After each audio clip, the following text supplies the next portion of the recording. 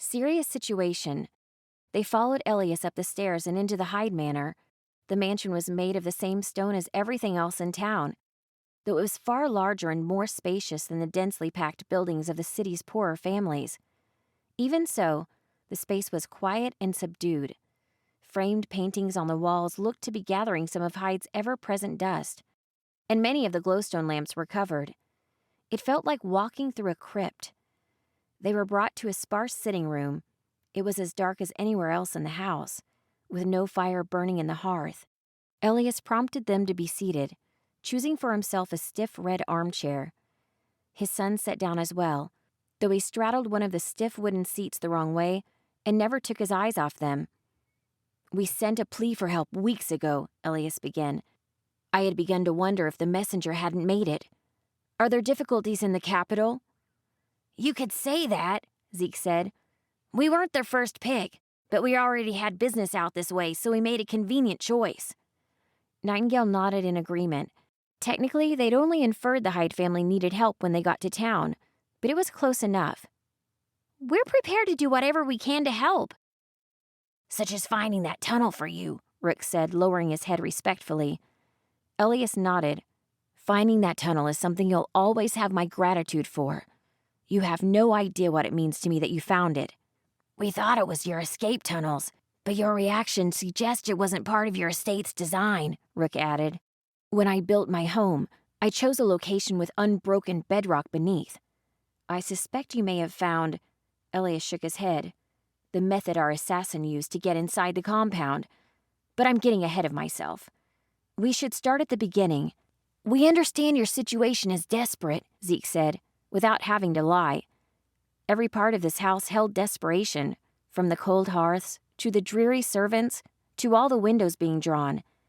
"It is." Elias sunk into his seat, the color draining from his face. "My wife, Rivka. God, I don't know—" "I'll explain, Father," Damocles said.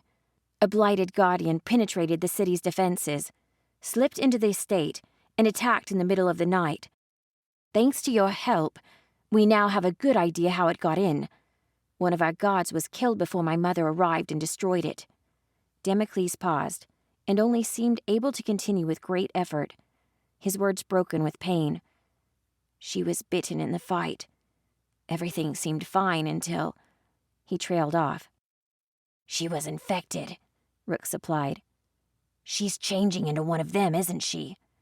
The group turned to look at Rook, happy that he knew what the blight was. Rook continued, seeing that they had no idea. "The blight. It's supposed to be incurable. Once infected, an individual will slowly turn into an abomination." "A cure hasn't been discovered. That doesn't mean there isn't one," Elias glared at them. "I haven't called you here to tell me what I already know." Rook went immediately silent. Elias sighed. "Finding a cure isn't why you're here, though." Zeke kept his voice low, not making any eye contact. "Why are we here exactly?" Elias raised an eyebrow and then spoke.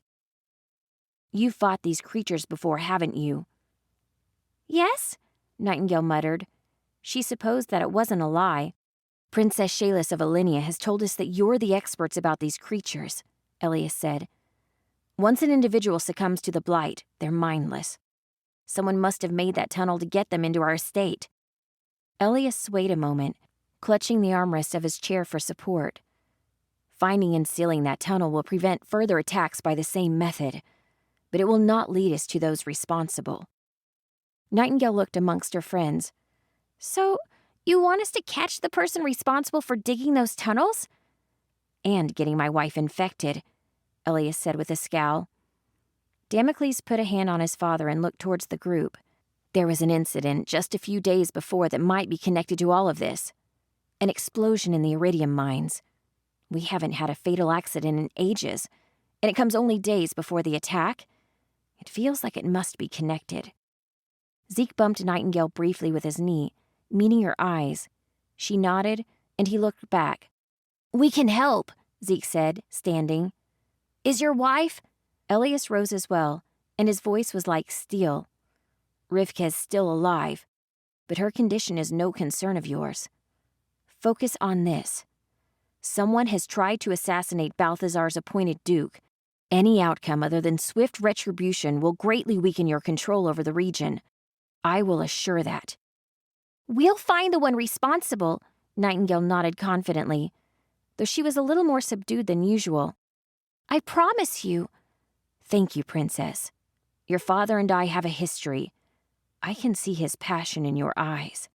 I know you won't let me down. Elias then turned towards his son. Regardless, though, my son will accompany you. He can help assure your safety while you travel in my city. Balthazar would kill me if anything happened to you. Nightingale scoffed.